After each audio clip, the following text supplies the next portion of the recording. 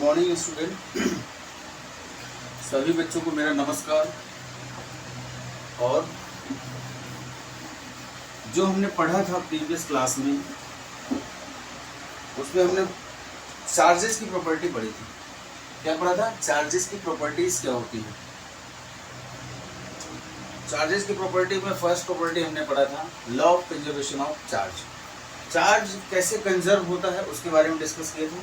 Law of conservation of mass is nothing but charge can neither be created nor be destroyed, it में simply transfer from one body to another. Properties of charge पढ़ा था हमने। क्या पढ़ा था? Properties of charge. Charge की हमने property पढ़ी, ठीक है। जिसमें से हमने पहली प्रॉपर्टी ये पढ़ी थी कि law of conservation of charge. Law of conservation of charge.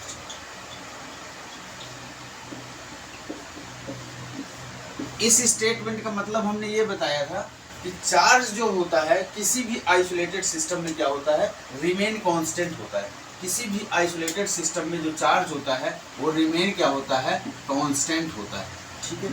अब रिमेन कांस्टेंट का मतलब क्या होता है? रिमेन कांस्टेंट का एक ही मतलब होता है कि charge can neither be created nor destroyed, it में simply transfer from one body to another, ठीक है। इसी की हमने सेकेंड प्रॉपर्टी ये पढ़ी थी जो कि बहुत इंपॉर्टेंट है। Like charges repel each other while unlike charges attract each other. Like charges repel each other while unlike charges attract each other. ये हम बता चुके हैं, अट्रैक्ट ईच अदर, ठीक है।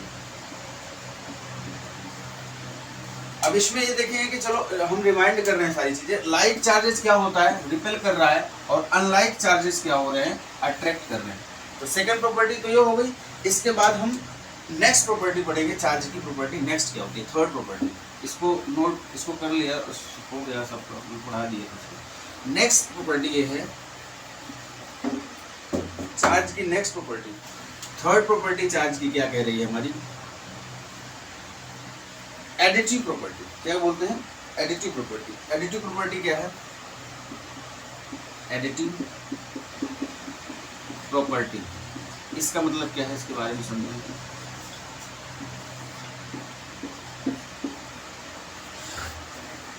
एडिटिव प्रॉपर्टी का मतलब है कि टोटल चार्ज जो हमारी बॉडी में टोटल चार्ज है किसी भी आइसोलेटेड सिस्टम में, वो कैसा होगा? Algebraic sum of the charges होगा। क्या होगा? Algebraic sum of the charges. मतलब जो मैं इसको कहूंगा कि total charges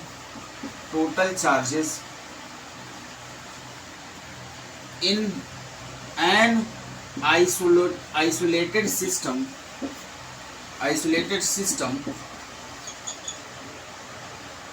is algebraic sum of the all charges. Algebraic sum of the charges. ये लाइन समझने की कोशिश करें कि अगर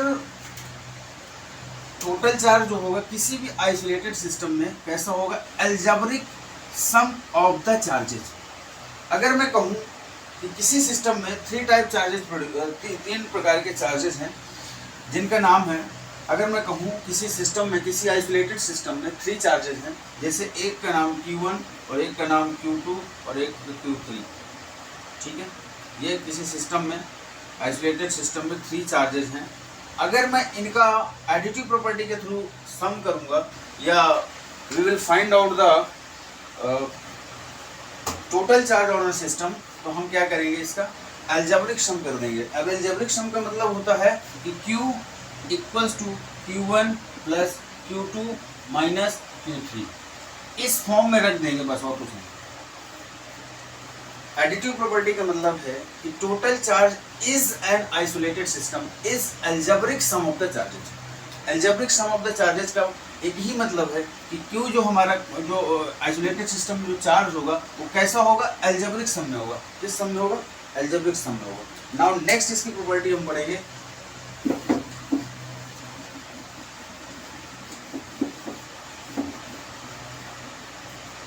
नेक्स्ट प्रॉपर्टी क्या है इसमें?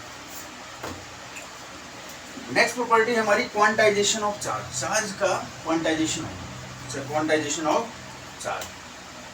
ये फोर्थ प्रॉपर्टी है, quantization of charge.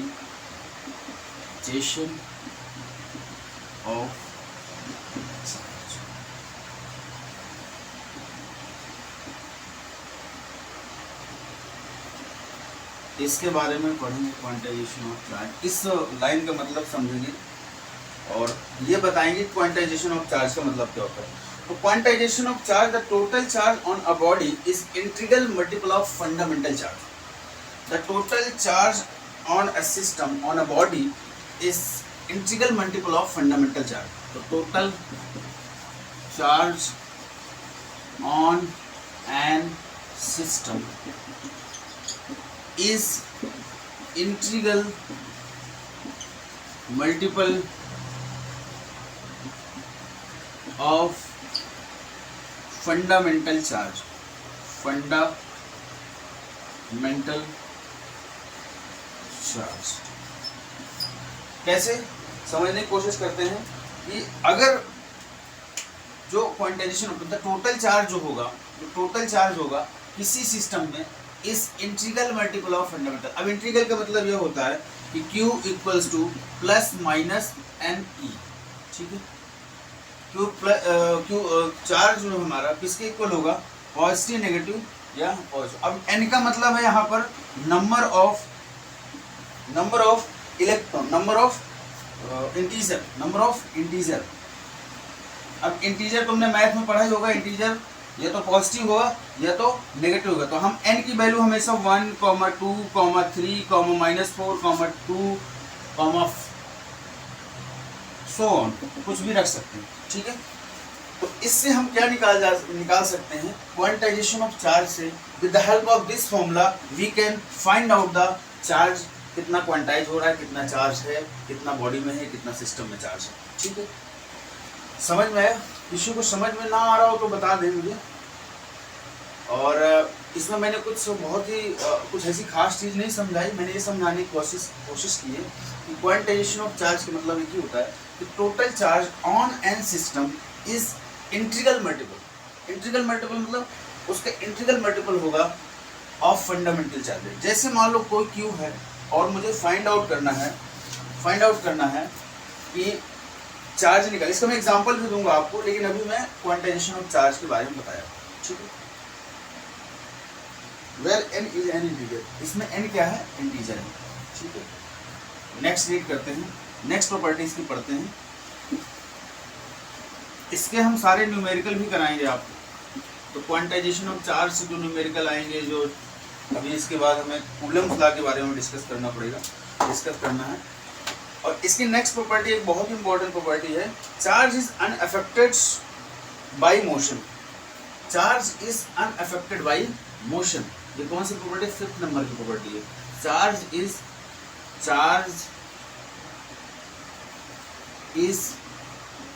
Unaffected by motion, ठीक है। Charge is unaffected by motion मतलब charge is unaffected by motion. Charge is unaffected by motion का मतलब है कि the charge on a body remains unaffected by its velocity. मतलब जो charge होगा किसी आइसोलेटेड सिस्टम या किसी सिस्टम में, तो वेलोसिटी में उसमें कोई फर्क नहीं पड़ेगा। There is no difference, there is no effect velocity if the charge kept in a body, if a charge kept in a system, if a charge kept in a isolated system, either anywhere, wherever charge put up, that charge there is no unaffection from velocity। तो इसका हम कह सकते हैं कि हमें velocity से कोई फर्क नहीं पड़ेगा। तो charge at rest equals to charge in motion, ठीक है। Charge is unaffected by motion, charge at rest equal to charge in motion. अब यहाँ से सारी प्रॉपर्टी तुम्हारी खत्म होती है चार्ज में। एक बार हम प्रॉपर तरीके से सारी चीज़ें रिमाइंड करते हैं। कि हमने क्या क्या पढ़ा था, और मैं एक विद इन 1 मिनट में सारी चीज़ें बताऊंगा। इलेक्ट्रोस्टैटिक्स क्या होता है, जिस चार्ज की स्टडी हम रेस्ट में करें उसको हम इलेक्ट्रोस्टैटिक बोलते हैं, ठीक है। नाउ नेक्स्ट पॉइंट हमने इसमें पढ़ा था कि जब हम किसी टू बॉडीज को, when two bodies are rubbed together they get a positively charge, experimental evidence so that there are two type of charges. First charge हमने पढ़ा था पॉजिटिव चार्ज, सेकंड चार्ज हमने पढ़ा था negative charge. Positive charge is nothing but removal of electron from a neutral body, that is positive charge means deficiency of electron, clear. Now इसी के बाद हमने नेक्स्ट टाइप पढ़ा था नेगेटिव चार्ज। नेगेटिव चार्ज क्या होता है, negative charge is nothing but giving electron to a neutral body which means excess of electron, जिसका मतलब इलेक्ट्रॉन का निकल जाना, किससे, न्यूट्रल बॉडी से। और एक बहुत इंपॉर्टेंट है, हमें ये पढ़ना है चार्ज की यूनिट क्या होती है, यूनिट ऑफ चार्ज। तो unit of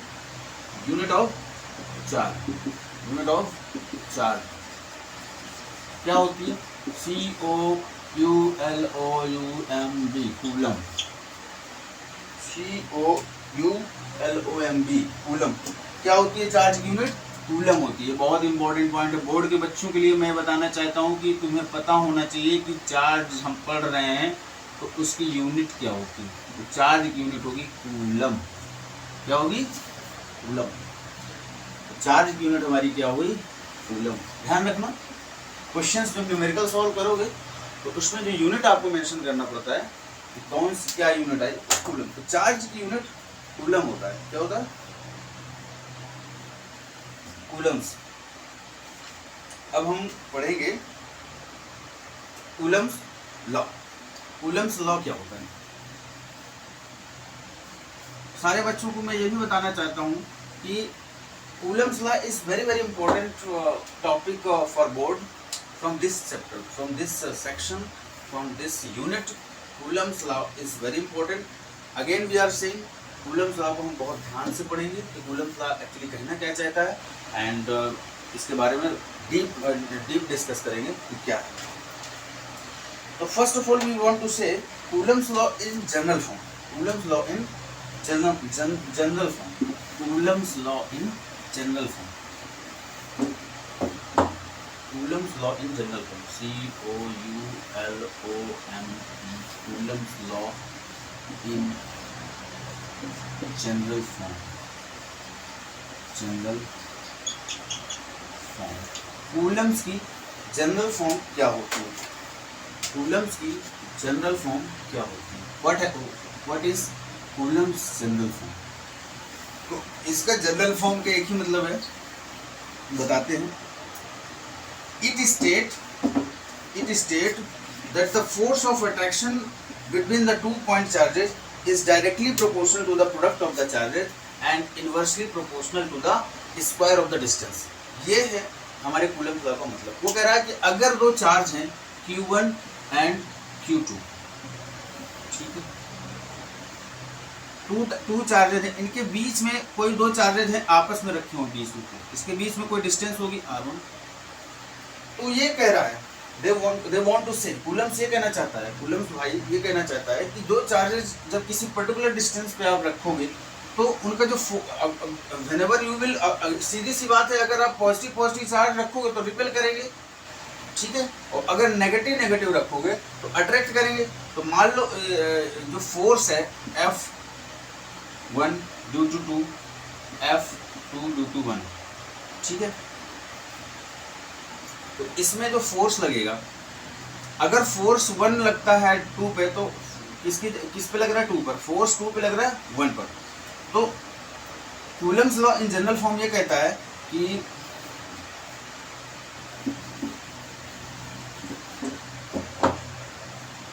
it states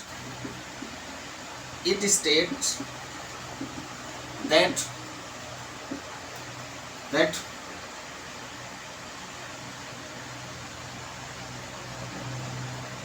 charge is directly proportional to the product of the charges, directly proportional to the product of the charges, and inversely proportional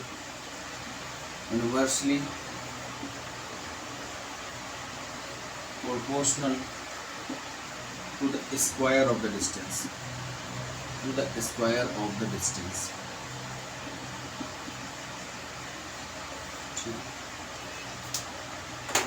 इसके बारे में देखते हैं। Coulomb's law in general form, it states that charge is directly proportional to the product of the charges and inversely proportional to the square of the distance.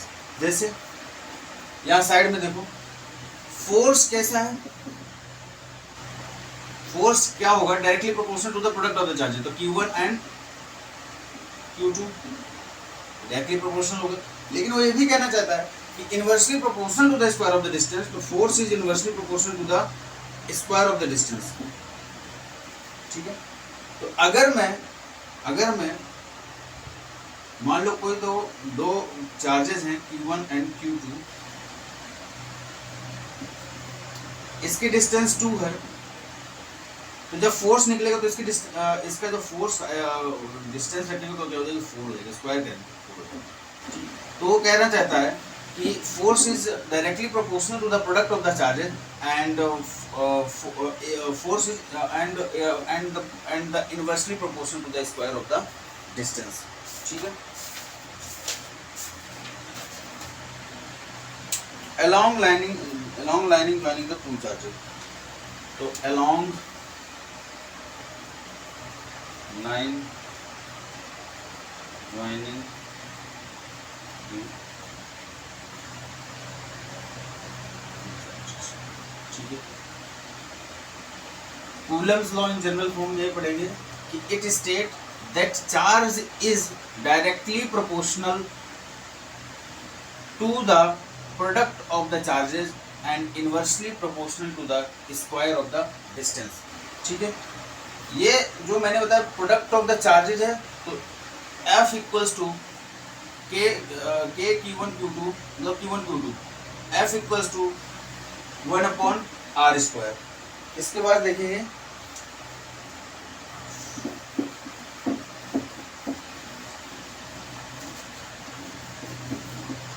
समझने की कोशिश। मान लो force है, अगर तुम्हें फोर्स निकालने का फॉर्मूला, फोर्स निकालो, कैसे निकालो, Coulomb's law, force equals to 1/4 pi epsilon naught के Q1 Q2 अपॉन r²। ये हमारा क्या होता है, फॉर्मूला होता है कूलम्स लॉ। ठीक है, this is the formula of Coulomb's law. मैंने तुम्हें पहले बताया था कि force directly proportional to the product of the charges and inversely proportional to the square of the distance,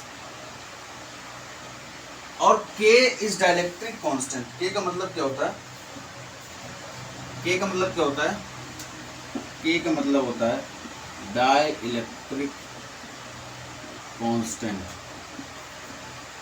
ठीक है, और K का मतलब होता है 1/4 pi epsilon not.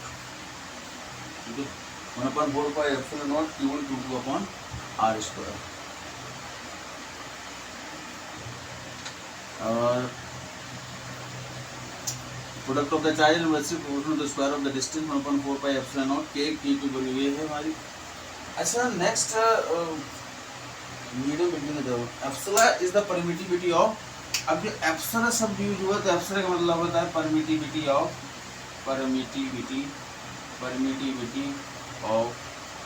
Space. Epsilon is the permittivity of free space. और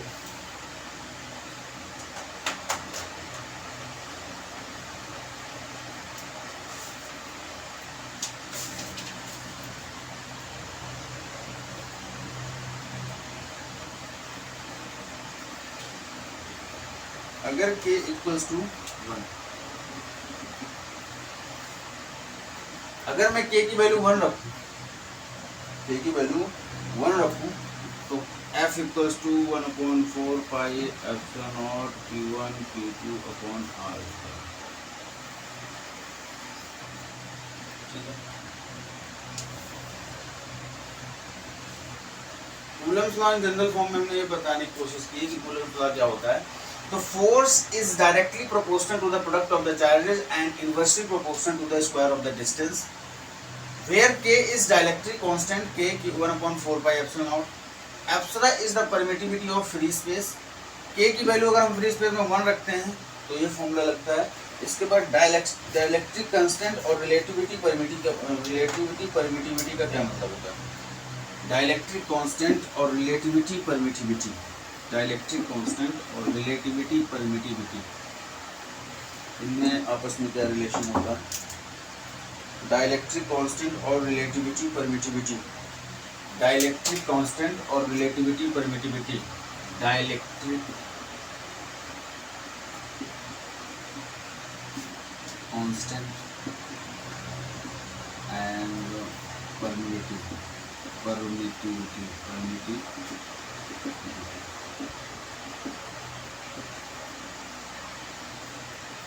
इसका एक ही अच्छा के को हम डिफाइन कर रहे हैं, इसको डिफाइन कर रहे हैं कि क्या है, क्या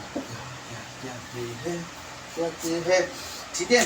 तो डाइलेक्ट्रिक कांस्टेंट और रिलेटिविटी परमिटिविटी का एक ही मतलब है कि the dielectric constant of a medium, the dielectric constant of a medium is defined as the ratio of permittivity of medium to the permittivity of free space. So k equals to epsilon upon epsilon naught, where permittive ratio between